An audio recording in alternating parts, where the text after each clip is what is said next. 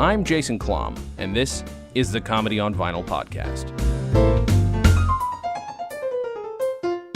The year is 1978, the album A Wild and Crazy Guy, the artist Steve Martin, and my guest this week is Josh Clark. Thanks for doing the show. Hey, thank you for having me on. Of course. I'm a super latecomer to stuff you should know, so my apologies there. But I enjoy it, and I enjoy the both of you, and I feel like maybe you must have mentioned listening to a comedy album. That's usually what perks my ears up, Right. just to see if somebody's up for, because there are a lot of people who just never listened to them growing up, including comedians. So I'm curious why you picked this one in particular.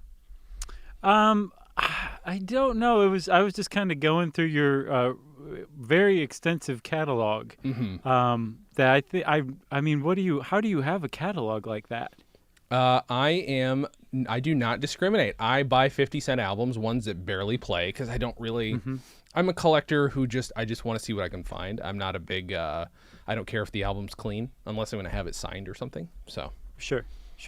So Well, it's impressive, and I was going through your archives, deep archives. Sure. Right? And that was, I don't know, it's just something about it just jumped out at me. And I mean, it's Steve Martin. Everybody knows who Steve Martin is. Sure. But the Steve Martin I was raised on is a different Steve Martin, a little bit different than the one who's on this album. He's sure. like, the Steve Martin from Three Amigos or Roxanne or Planes, Trains, and Automobiles or, Parenthood. Like I guess a tragicomic actor.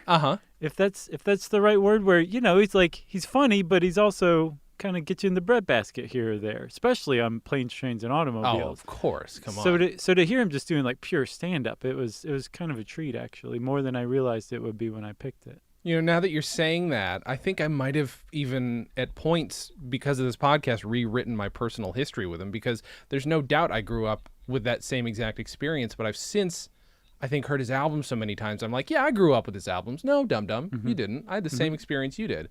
Right. So this was not one you had you had not listened to growing up? No. I'm Fascinating. trying to think of ones I listened to No, I wanted to try something new, Yeah. The one that sticks out to me the most, that I just listened to on repeat over and over and over again. There's actually two of them. One was Andrew Dice Clay. I can't remember whatever his debut album was. And then the other one came out around the same time, and it was Dennis Leary's album, A Cure for Cancer. That's what Dennis Leary's was called. And that is, I mean, I haven't listened to it. I was listening to it in 8th grade. And, that's a bit of an indicator right there that if I thought something was hilarious in 8th grade, there's a decent chance I wouldn't think it was as hilarious as an adult. But I don't know. I'd like to go back and listen to that one and just see if I would think it was quite as funny. I'm sure it's like a million times more offensive now. Oh, yeah. In the context of today than in the context of 1989. But it was good, if I remember correctly. I'm wondering now, I'm wondering the same thing. Like, Dice is not a guy I grew up with, and people have tried to expose me to him on the show, and we always do at the end. At the end of every episode, I ask, why would you recommend this? And the first person to pick Dice was like, actually, I don't think I would. So, like, they immediately had revisited that. But Dennis Leary, I do wonder, because I was obsessed with that album myself, and I don't know. I mean, there's still, I was every time I hear the name Jim Fixx, I think of Dennis Leary. Like, there's some names that I learned because of that album. Exactly. I mean, that came out during a formative time. How old are you? I'm 42. I'm 38. So we're okay. Yeah, close enough. We both shared that period as like a formative time. So that's how I learned about Jim Fixx too. Yeah. I'm like, who the hell is Jim Fixx? It's like learning about Spiro Agnew from Mad Magazine or something, That's weird you say that. I am looking at a Spiro Agnew Mad Magazine right now. No. Yes. No. Yes. No. Yes. Wow. That's amazing. One of my guests a few years ago, I bought this Mad Magazine, this Mad Magazine was given to me because I'm obsessed with the vice presidency, and they picked a good one. They picked the Nixon Agnew cover, And I emailed this guest after I had, because I knew he wrote for Mad Magazine. I'm like, I couldn't find anything you wrote in this one. I wanted to get you to sign. He's like, I wrote the cover one in that Mad Magazine. I'm like, oh, I'm a friggin' idiot. So he ended up signing it for me. So that's why it's on the wall. That's awesome. But Yeah, I grew up with Mad myself, and that was I love it. We actually had a TV show for a little while there. Well, I should say for one season. Some of you should know, had a TV show on Science Channel, and we made sure just to kind of like dust almost every scene, because it was set in an office. We made sure that almost every scene had a Mad Magazine in it. It's not like every single one did, but a lot of them did. I'm reading Mad Magazines in some of them. It's so good. It's we just wanted to kind of give a little quiet shout out to Mad, because that meant a lot to Chuck, my co-host too. Yeah, he was raised on those as well. Oh, that's so good.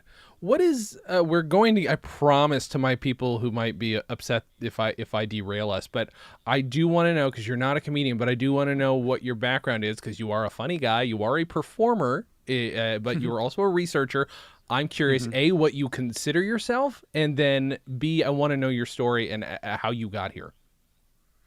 I considered myself a podcaster and still do, but somebody named Richard Falwell, who used to write for I think the Brookings Institution, he once wrote a blog post on Stuff You Should Know, and he called it explanatory journalism. And I was like, oh, okay, well, I'll just be that then. That's what I'll call myself from now on. But podcaster kind of rolls off the tongue a little more. A little bit. Strangely enough, yeah. So that's what I consider myself for sure. I've been podcasting for 10 years. I guess that's what I do. And I got here by a kind of a circuitous route. Like, I studied history and anthropology, and I have a bit of a background in journalism.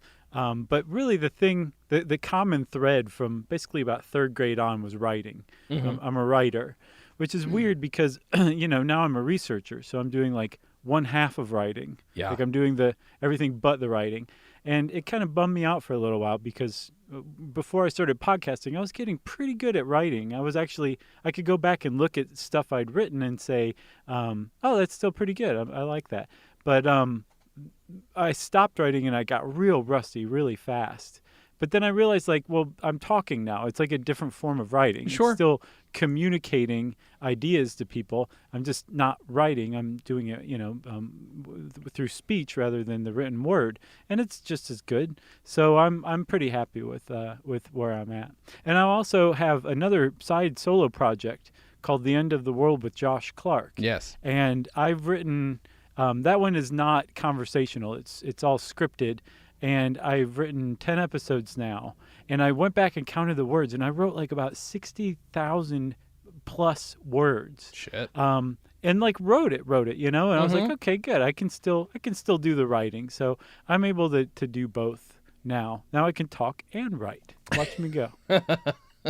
And what's funny is I think I asked that question expecting a different answer, despite, I know what you do and I know a bit of your history. I've heard you guys both talk about having been or lived in LA for a period, so I knew you were writers, but I guess it's not a lot of people who are podcasters first and foremost. A lot of people are, I'm a journalist like Jesse Thorne. He's a journalist. Right. He's an interviewer. Mark Maron is a friggin' stand-up. Everybody else has their other thing. You have the good fortune to be a podcaster by trade. Yep. And not a lot of people get to do that. And I think that's kind of great. It also is fortunate that you're then tasked with explaining things that people take for granted, which I love. Yeah, we're super, super fortunate to have the job that we have, and that's not lost on me or Chuck. Just to be able to get paid to research and learn new things and then just tell people about them it's a pretty good gig. And I mean, I know I feel super fortunate to have it. So I'm proud to say I'm a podcaster, which I'm sure there's a lot of people who would not say that. They would say that they're an interviewer or a writer or a stand-up or whatever. But it's a legitimate profession now. It's been pulled out of the red light districts and into mainstream America finally. Can you think of your first memory of Steve Martin?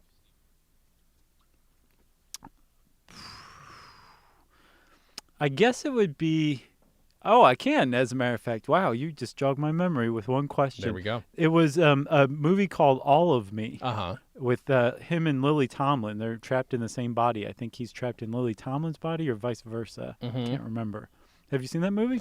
I am trying to. Okay, so here's where I get a little confused because I have a very early memory of The Man with Two Brains. And I'm trying Different movie. yeah, and that's the one I think of, and the idea of him and being trapped in another body thing. That movie scared me as a child, so that's a genre that I avoid heavily. This is. I don't see how even the most foolish child could have been scared by all of me. Okay, but good. Who knows? Maybe it. things hit people differently in different ways. But Sure. that was my first memory of Steve Martin for sure. I think we saw that movie in the theater, and Lily Tomlin was great, and Steve Martin was great, and I'm sure I missed 10,000 jokes that went right over my 5 or 6 or 7-year-old head. But I loved, Steve Martin throwing himself around and, fighting. I guess it must have been Lily Tomlin who possessed him. So because he was fighting her influence, and I remember him like trying to will himself to walk, and he was doing it in this really stilted way. And I mean, it wasn't like I've got to keep my eye on this guy. I'm going to watch his career. It was just, that was my first introduction to Steve Martin. And then 2 months later, there's another Steve Martin movie, and there's another Steve Martin movie. And if you go through his Internet Movie Database list, first of all, he's got it all: writer, director, actor, producer, all that stuff. But each list is so deep, and they're not necessarily all the same work. Right. And he's been in everything. And so he was, like I was saying at the outset, I was just kind of raised in this world where Steve Martin was part of the world. He was a big part of the world. He was one of the biggest actors in the world. And I think rightfully so, because he's like a genuinely likable person, Yeah.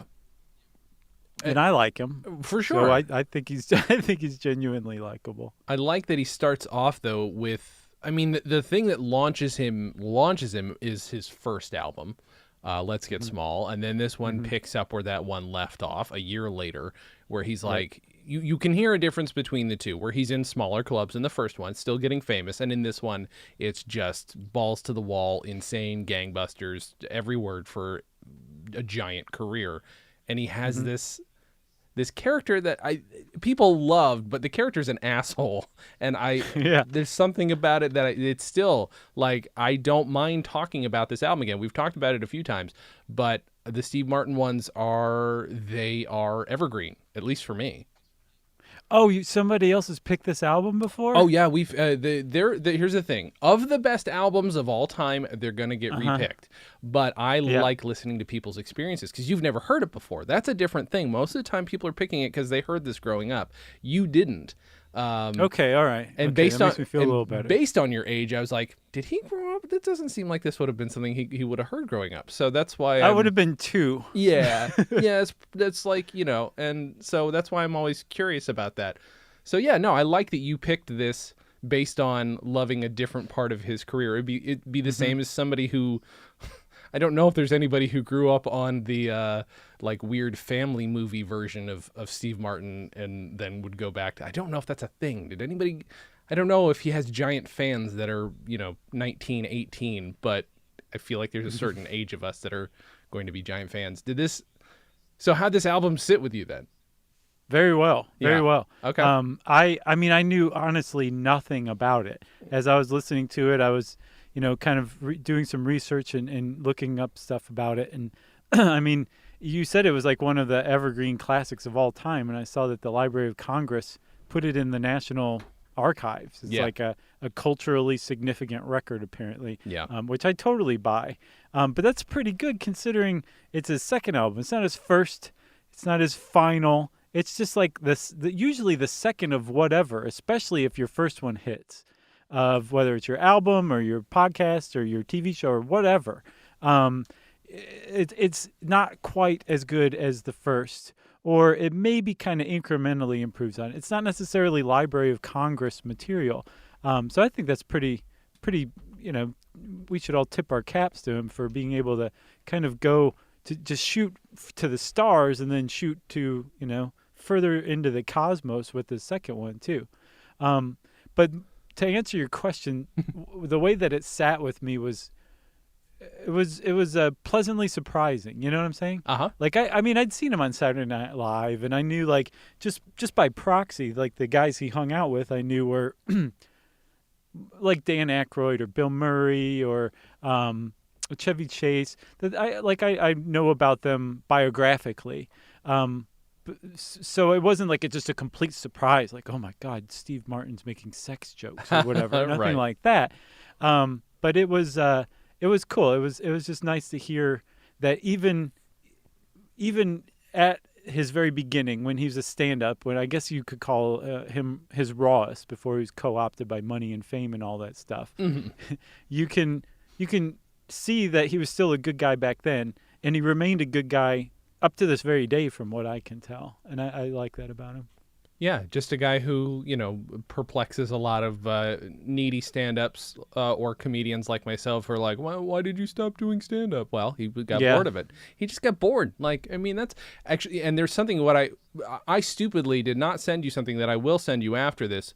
Okay. There was a record that came out at the time that is essentially a podcast, might as well be a podcast, because it is a record of the making of this record, and it is not a joke record. It is Warner Brothers did this a couple times in the 70s, where they interview the artist about the making of the record, and it is just a sit down with Steve Martin, not cracking jokes. It is serious Steve Martin just saying, well, this joke worked and this joke didn't work, and this is how I developed. It's a lot of what you ended up reading. And have you read Born Standing Up, his book? No, I haven't. No, I haven't. Fucking good. I'm not a stand-up, but if you like comedy at all, it's worth reading. It's just a very, very good book, or the audiobook. He says something, and I don't remember the exact words, but he says something on this album, in one of the bits, that he's working on more serious stuff. I think he was talking about writing books or something like that, because he's also like a very prolific author as well, right? Not just biographical or memoirs. Like I think he writes maybe crime fiction or something like that. That's always possible. I don't know. I believe he is. I could be confusing him with the Steve Martini. I don't know. Don't hold me to it because I haven't researched it. But he plays the banjo, and I know he does. He's kind of a bit of a Renaissance man. And you can. It's funny that even back then he was interested in doing more than just comedy.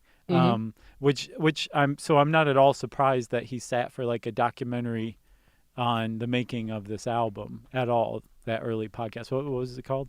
I'm gonna have to pull it up because I can't remember what it's called. I think it's called the Steve Martin Radio Hour, is what they ended up calling it, if I'm not mistaken.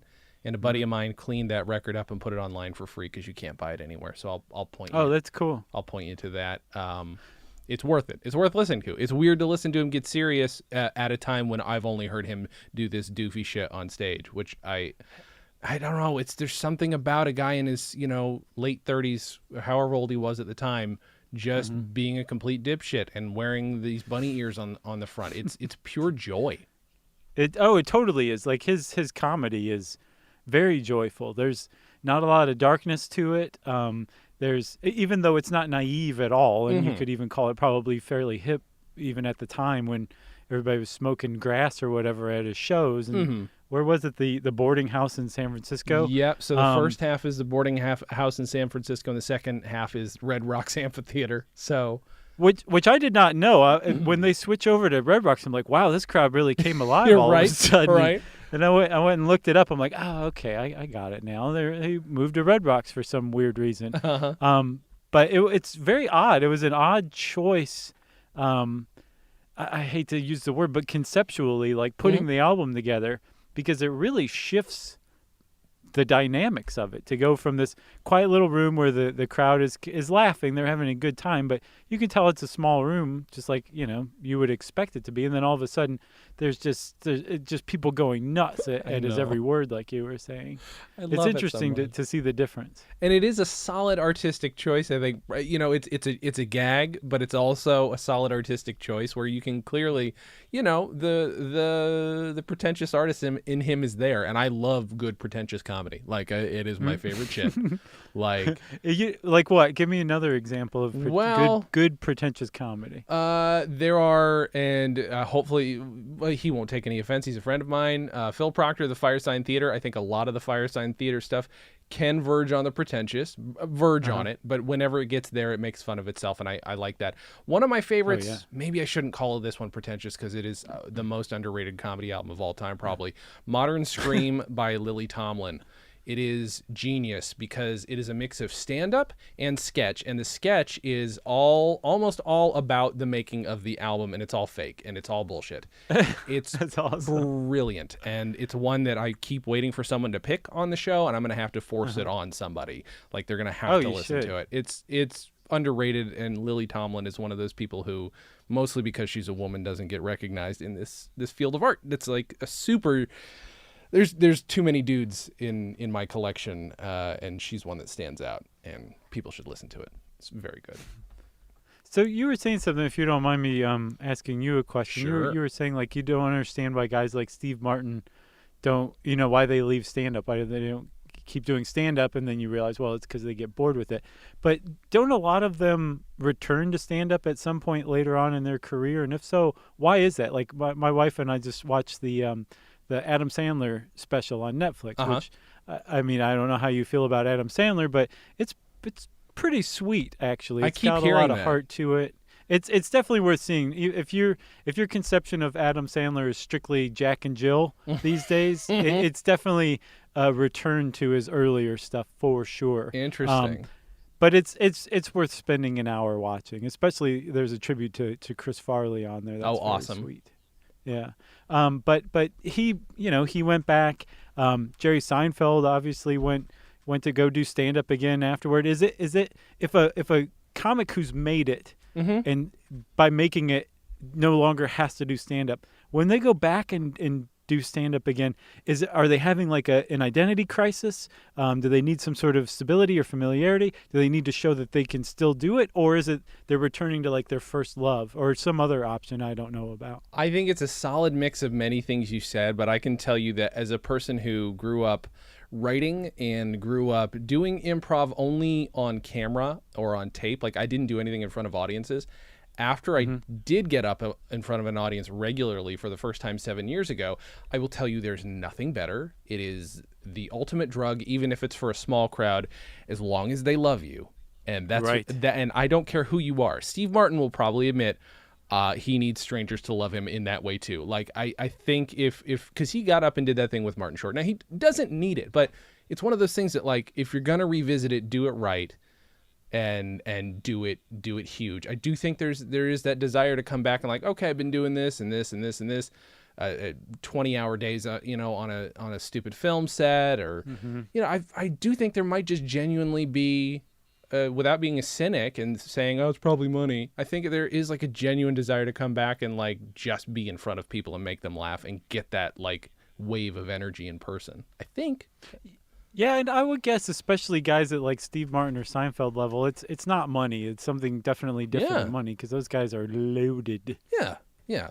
And the only one that I really desperately want to see come back now, since Steve Martin did that thing with Martin Short, is Eddie Murphy. Eddie Murphy is the guy I want to see come back. One of my wife's and my prized possessions is a framed, signed copy of Party All the Time. Are you kidding me? 12-inch vinyl. No. How did that happen? Well, we were just hanging out one night and started talking about that song, and I don't know. One thing led to another, as they do, and we ended up on eBay and found it and bought it. That's amazing. Of all things, it was one of the best purchases we've ever made. Holy shit, that is phenomenal. Wait, what's the cover on? I'm gonna have to look up what the cover of that is, because you're gonna love this cover. He's wearing a black leather suit, very tight-fitting suit, unzipped basically down to his navel, just looking like cool Eddie Murphy, and he looks like a guy who has a girl that just wants to party all the time. That's what he looks like. Absolutely does. That's right. Yeah. Oh, that's. And what's funny, we got a certificate of authenticity, and it was just a printed out piece of paper that the guy who we bought the record from said this is authentic. We're like, oh well, this will surely hold up at Christie's when we eventually auction this off. Believe me, that's like, it might as well be a piece of paper that says, I have those too. So I'm always like, oh fuck, what did all right, that's fine. You know what? I love that this is it. I have it. I supposedly have Gene Wilder's signature on a screenplay. Right. We'll see. It matches the one that he signed in person for me. So I'm hoping. Oh, well, there you go. I think that's proof positive. I think or so. else he has somebody who really has been studying his signature. Right. Man, that's an awesome album to have.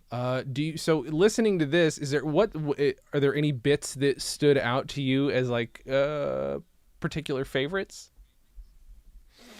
Let's see. The cat joke was it was like pure the essence of comedy. Comedy is like what a cognitive dissonance, like just a big slap of cognitive dissonance right there. And that was it. Like, I was not expecting that whatsoever, and neither was the crowd. And the fact that he used that bit that he performed at Red Rocks, I think it was like he had no choice. It had to be the Red Rocks one, because the crowd's reaction is just so like explosive that it makes being surprised by it even more. I had a feeling you might bring up the cat joke. That tends to be the standout for most people on this album. Oh. It's a good one. It is. I feel like I can't do it any justice, so I would just direct your listeners to go back and listen to that one too. I'm not sure what the name of that bit was. Do you know? Was it? I think it was a charitable kind of guy, maybe. Yep. Yeah, I think so. Yeah, because he does have another. Long. There's another track called "Cat Handcuffs," but that's a different bit. So. Right. It is.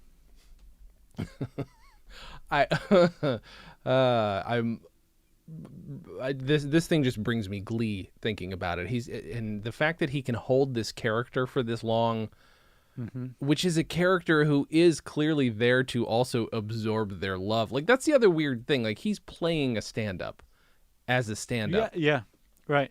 And that's... But he also breaks the fourth wall, though, while he does it, too. You know what I mean? Like, he is, and I hadn't really thought about it that way until you say it, but he's breaking the character, I guess, of the stand-up in that, like he comes out with the first thing he does is something that like any performer can tell you want to do, but you're really not supposed to do, is talk about how sick you are of doing the material you're about to do, right? Nobody does that. Yeah. I saw Culture Club once. Their like reunion tour just a couple of years ago, and it was the second to last show, and Boy George was talking to his guitarist at length about how this was the second to last show, just one more show and they were done. And it's like, I made a note to myself, like, never do that on stage, because it really takes the joy out of what you're seeing, because to you it's the first time you're seeing this stuff. And it's a good performer will make you forget that this isn't the first time they're telling you all these jokes. Right. And Steve Martin immediately comes out and says like how tired he is of this material. He's been doing it for 2 weeks, and really just kind of just takes the piss, I guess, out of the whole idea that you're not supposed to do that, and actually gets the crowd to just go along with it and laugh. So he's playing the part of a stand-up, but at the same time he's breaking the rules of being a stand-up or a performer of any kind. So I guess he's adding an extra layer is what I'm saying, which is, I guess, genius. It is, and it only works. It does not work if you're Culture Club and you're there to do a certain level of thing. That's really funny to me. That's like a doctor giving you a diagnosis and saying, "Oh, thank God you're my last patient before I retire. Hope good luck dealing with somebody else." Like it's very much it's so fucking dismissive to say that on stage, unless you're Steve Martin doing that bit, which is brilliant. He cracked the code. I mean, in terms of like stand up, it's super meta. I mean, it wasn't a thing. Stand-ups didn't talk. I mean, I won't say didn't. I have different stand-ups talking about, the life of a stand-up, this and that and this and that. But getting inside the head, revealing the thing you're not supposed to reveal is very brilliant. And it's still not a thing that I can think of a lot of stand-ups who do, would do anything like that. What were did you listen to or watch a lot of stand-up growing up? We've talked about the movies you watched with Steve Martin in them. Yeah, and I listened to, like I said, a lot of comedy albums here or there, some George Carlin, that Dennis Leary album over and over again. I'm trying to think of who else I listened to. I think one of the things that got me, it wasn't necessarily like individual stand-ups that I followed, but when I was younger, I was, sentient when Comedy Central came around. And when Comedy Central launched, it was stand-up. That's what it was. It was a network of stand-up comedy. It was just a beautiful idea. Yeah. Commercially, a horrible idea. Luckily, they figured out some ways to stay around because I still love Comedy Central for what it is today.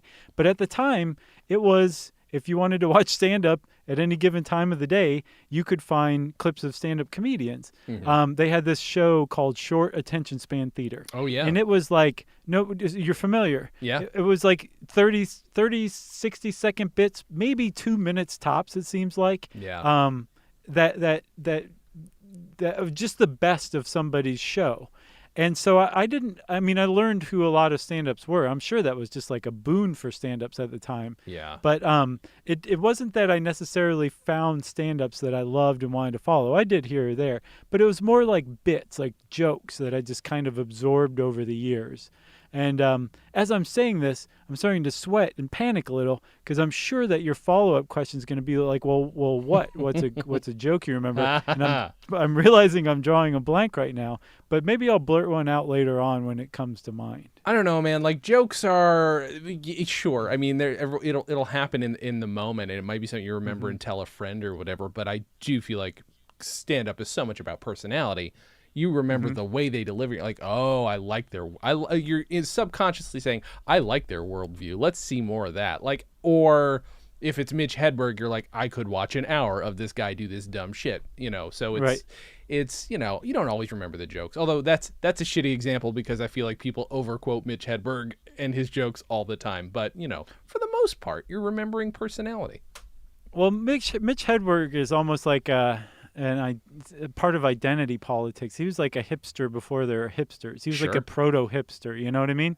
So he's as fresh as ever these days, it seems like. And I like his stuff, but it's never hit me in exactly the way that I think maybe it's hit some other people. I mean, I appreciate it for what it is, but he's never just nailed me, except for the all-encompassing thing, where he's trying to replace like words like totally or completely with he keeps using it over and over again. So he's replacing it with words like, do you like the sub?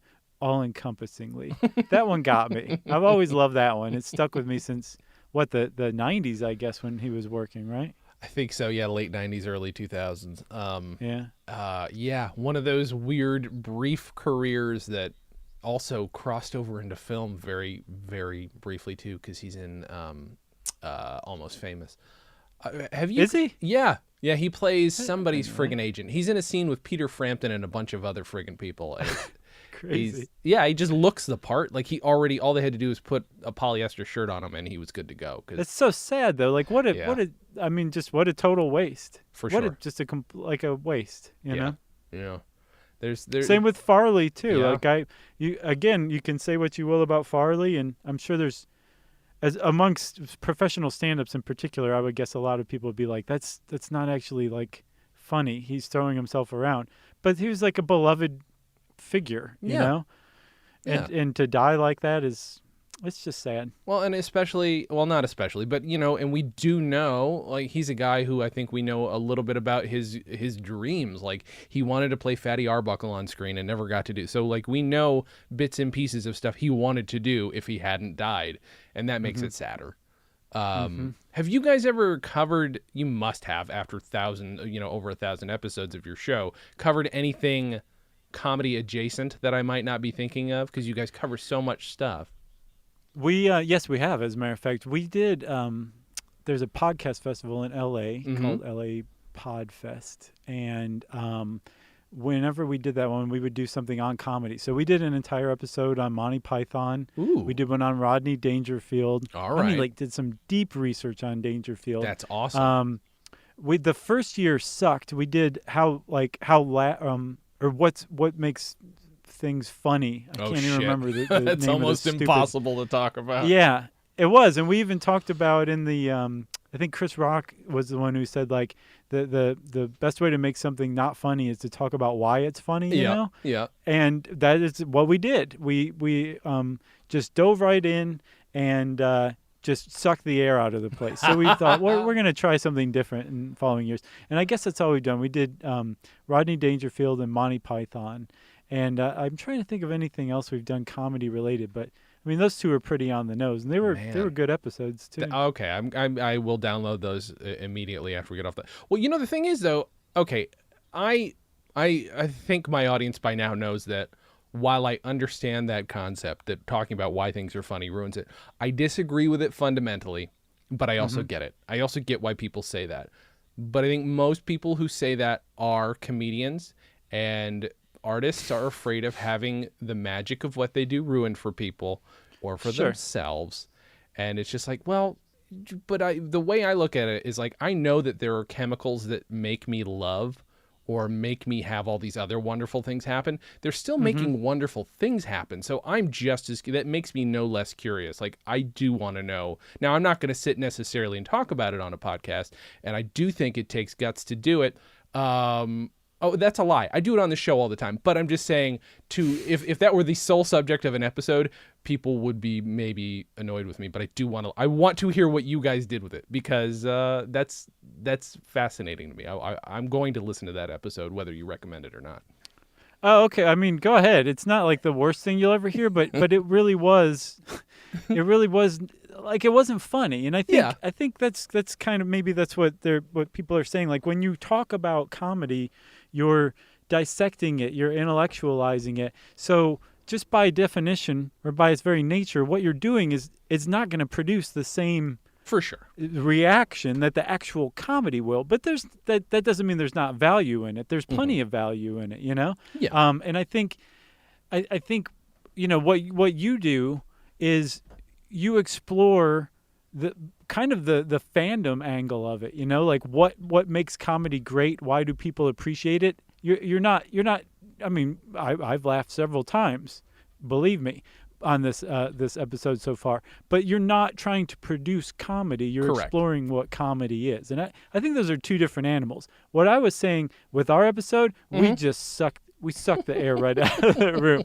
You'll see when you listen to it. Make sure you let me know what your thoughts are. You're gonna be like, yeah, you're right. There is the researcher part of me though, like the researcher and the archivist and stuff. Like, I'm down to listen to something even if it's a dry exploration of comedy. So at the very least, like, that is 100% up my alley. Like, I'm going to listen to it and probably enjoy it very much. But I do think people do get afraid. Like, it's the same reason like skilled people use the word talent, because it adds a little extra magic to what they do, makes them seem a little more valuable. So I do think, I know what you're saying, but I do think there was also a little hesitance to like, oh, I don't want to talk about what makes this work. I just want to do it. You know, there's fear. There's a little fear in there for performers. Right, for sure. Now we do perform, we do live shows. So I know what you mean about, you know, like getting that reaction from the crowd is like the greatest thing ever. But I don't think we necessarily consider what we do in any way, shape, or form comedy. Right. It's talking. It's knowledge sharing, basically. But it can still have humor to it, you know? Yeah. But I think if we went back and explained why the joke we just told was humorous, it would make the joke less humorous. And so we know to just roll with it because it's something separate than what we're doing, which is knowledge sharing. It's kind of an add-on to it. If you did an entire episode, though, where you explained why every joke was funny, I would 100% be on board for that, though. I will point that out. Really?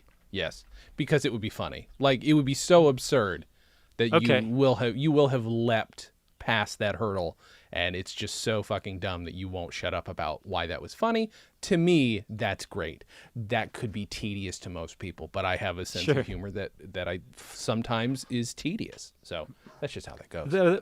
That would fall into the same ballpark as what Andy Kaufman reading that book on stage once. Yeah. Same thing, right? I think so. Even although, like, I think about it, like when I was 19, hearing that story, I was like, that's amazing. At 38, I'm like, I would also want to punch him in the mouth. Like, I get it. For sure. I get it. But there's a part of my brain, the animal part of my brain would want to punch him in the mouth, much as I might appreciate the art of it.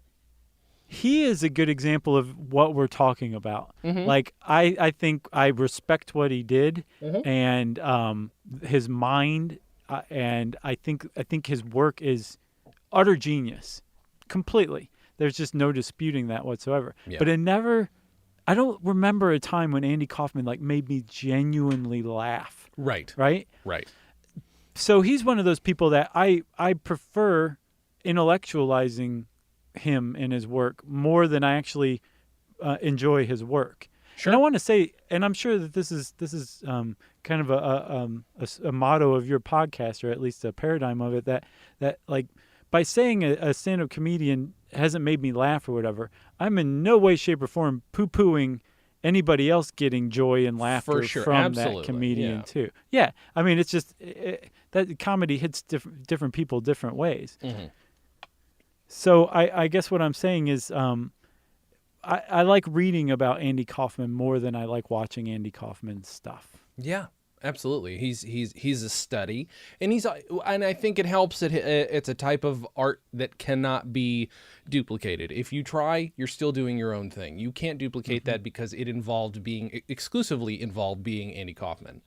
And Right. which is, there are all kinds of pretentious arguments you can make. Well, then, that's the most human you can be. That's the most vulnerable you can be. But he's also, being the most artistic and most false that you can be, blah, blah, blah. There's a million different interpretations. But yes, I would 100% agree. And I mean, I don't think I even knew anything about him until they started advertising The Man on the Moon, the movie, where I'm like, I knew a bit about him, and I knew Latka from Taxi. That made me laugh. Right. The shit that he hated the most, supposedly.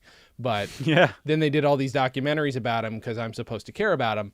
And I was like, okay, that's interesting. It made me go see the movie. They did. Yeah, that's where I learned the most about him too. But then, over the years I've kind of followed up on some of that. Like we did an episode on faith healing once, and I was like, oh yeah, Man on the Moon. Andy Kaufman underwent psychic surgery or something for cancer. And in The Man on the Moon, they show that he sees the trick behind it and figures it out that the whole thing's just a sham, and it's kind of a bit of a cosmic joke to him or whatever. But I researched it, and it turns out in real life, that is not at all what happened. He came back from, I think, the Philippines is where he was getting it done, and fully jazzed that he had just gotten psychically healed. Holy shit. Basically, through psychic surgery, and fully expected that he would be recovering, and died within a few weeks. Wow.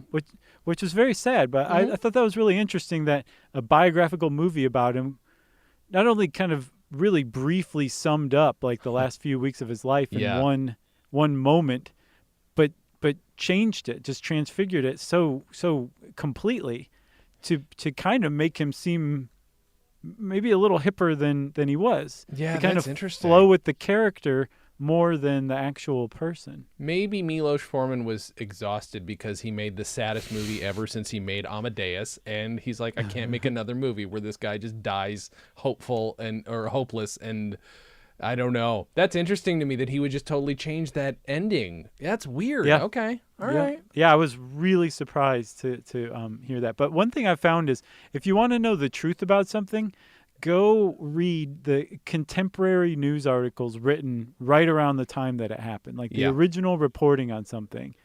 Not necessarily, the paper's all rushing to have the first story out. That didn't happen quite as much back then. So when you read something like contemporary reporting as a source, it's usually a pretty good source. And it's amazing to see how things like reality morphs into legends over time. Yeah. Especially around like cult-like figures, like Andy Kaufman, who's just adored and venerated by people who will believe, slight alterations to reality about their hero, And he's also got a gatekeeper because Bob Zamuda can tell you whatever story he wants and then also fuck with you in the same way Andy Kaufman did, which is weird. It's very strange. I saw him perform once as Tony Clifton, and it was a weird situation. It was Were they both him? Supposedly, yeah. And I think in the 70s that was more passable because with the makeup it was easier to make Andy look like him. Now, like when I saw him, he's in his 60s or 70s. It's like clearly this is Bob Zamuda. I'm obviously under no illusions that he's what's his name is still alive. But yeah, they supposedly both did him And you weren't supposed to know which was which. I don't know what the real story is, but that's what they say. That is what they say. Yeah. That's my understanding of it too. I just had never heard officially whether it was both of them or not. Mm-hmm. Yeah, I mean, I believe so, unless Bob picked it up after he passed away exclusively. But that's possible too. And but he's a good gatekeeper and a guy who can rewrite the history of his best friend, which is a very weird thing. It's a very weird thing. Okay, so I know that we did not. Here's the thing. We've talked about this album before, so it's okay that we kind of strayed. It's mostly my fault that we strayed, but I do want you to tell the audience why to listen to this album. Maybe they don't know Steve Martin the same. Maybe they have the same experience you do. Maybe they only know him from a certain period. That's possible. Yeah, and they may know him just from his catchphrases like "Excuse me" or "I'm a wild and crazy guy." Those are my best impressions that I can do. Perfect, dead on. I'm terrible at impressions. So you see the seeds or the roots of this good guy that is Steve Martin, who is a beloved person, but also like a really funny comedian. So I would recommend it just because it's comedy that has a lot of heart. It's not, like I said, it's not naive, but it's not dark either. It's just funny. There's several points where I laughed out loud, particularly with the cat joke, where, it takes a decent amount to make me laugh, and he got me a few times. And he didn't, make me forget how terrible the world is typically or anything like that. It was more just like, he put a little sheen on my brain, little pink fuzzy sweater on it for a little while that I got to wear around and feel pretty good in, maybe like Ed Wood in his Angora sweater, but it was on my brain instead. That's what they think this album does. It will put a little fuzzy pink Angora sweater on your brain for a little bit, and you can just feel good about it. I love it. That is the best endorsement of an album I think that I've ever heard. Well, that's thanks. Wonderful. This episode, unless you have something urgent to promote, might not come out for a bit, but if you do have something urgent to promote, let me know. But let people know where to find you and what they should look out for. I would love to promote my podcast, The End of the World with Josh Clark. You can find it everywhere you get podcasts, including Apple Podcasts, the iHeartRadio app, Spotify, Stitcher, everywhere you get podcasts. And if you like it, leave me a rating and review. Those help a lot. And also, I'll give a little plug for my other podcast, Stuff You Should Know. You can also find that everywhere. And if you haven't listened to Stuff You Should Know yet, it's a pretty cool little deep catalog of 1,100 episodes of everything from how disco works to voter suppression. And we just take a topic, my co-host and I, and break it down to its constituent parts so anybody can understand it. And then The End of the World is a 10-part audio series, really heavy on sound design, and it has an amazing original score, sound design by a guy named Kevin Senzaki, and the original score was by a guy named Point Lobo. Just really great stuff that took really, really dry narration and turned it into something really, really special.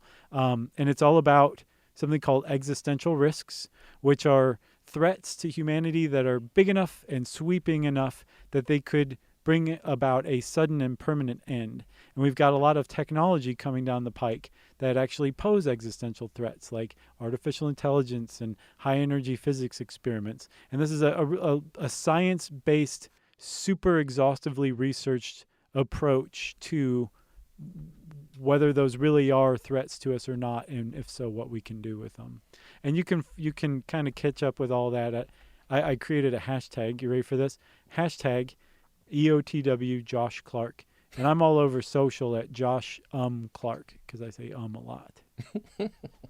That is absolutely perfect. So what I if I understand correctly, you're going to create a lot of people who will suddenly want bunkers. If I'm not mistaken, that's kind of what's going to happen. Or we're supposed to be happy about it.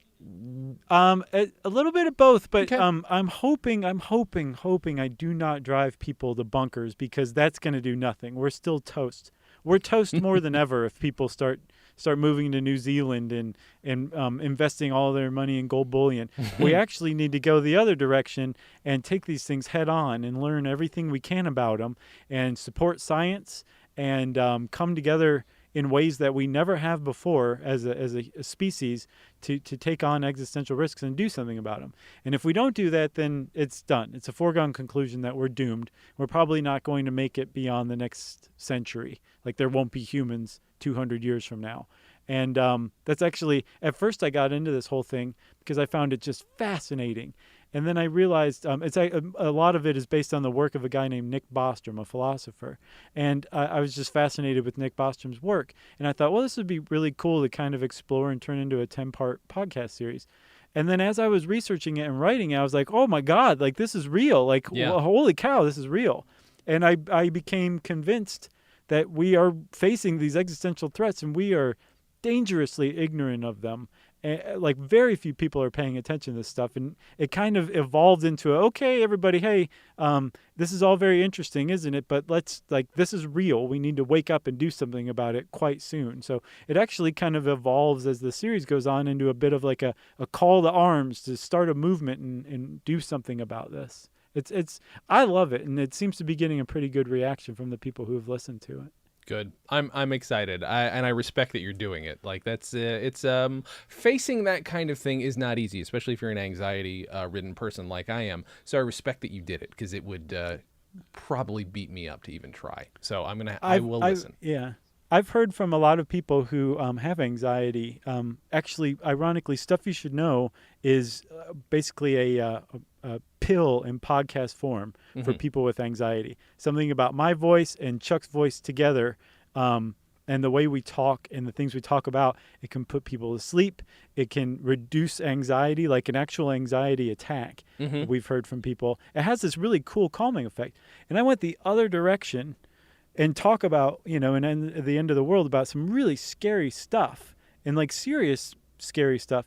And I've heard from people who are like, I was worried about doing this because I suffer from anxiety, and I found that this is actually presented in a way that it's palatable. I can take it. Like, I've learned all this stuff, but it didn't trigger any anxiety in me. I'm not saying it won't trigger anxiety in people, and I certainly didn't create it to do that. That wasn't my intent at all. And if it does do that, I'm horribly apologetic for it.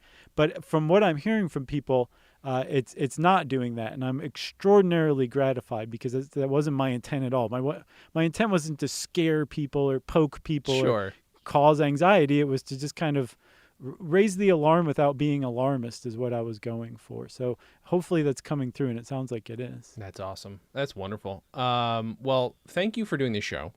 I appreciate it. Thank you. You're welcome Jason, back anytime. Thanks. Especially if you're in the LA area, it would be fun to do one in person. So, you let me know. I will very quickly tell everybody to go to lookingforwardmovie.com. I just finished Mark 1, the first cut of my next movie. It's super rough, and it's got some music in it we might not be able to afford the rights for, but watch it. It's a movie. It was 18 hours of vlogs in 2016. And it is now a feature-length movie, and will be a different feature-length movie probably a year from now. But it's something worth checking out, people. Congratulations! Thank you very much. Awesome. It's been a pain in the ass. It has literally been 14 years in the making. Wow. Yeah. Man, I'll bet you feel like a whole weight has lifted off of you now. On a level, yes, and then on another level, no, because I know I still have to cut it again. But yes, 100%. Okay. There's some relief there. And that's it. Thank you guys for listening, and as always, have a good thing.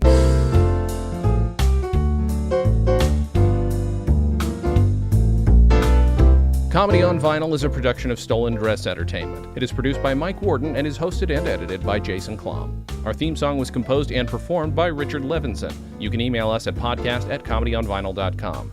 You can also send snail mail to StolenDress Entertainment, P.O. Box 805, Burbank, California, 91503. Subscribe to Comedy on Vinyl on Apple Podcasts, Google Podcasts, and anywhere else you can find podcasts. Give us a 5-star rating and write us a review. It helps. You can find us on Facebook, Twitter, and Instagram at Comedy on Vinyl, or find everything in one place at comedyonvinyl.com. A major portion of Comedy on Vinyl has been underwritten by Stand Up Records. Please visit standuprecords.com for all your comedy needs, and tune in to the new Stand Up Records channel available on the Roku, where you can also find select episodes of this podcast. Visit StolenDress.com to listen to our other podcasts, watch videos, and imbibe freely of our multimedia content going back 15 plus years.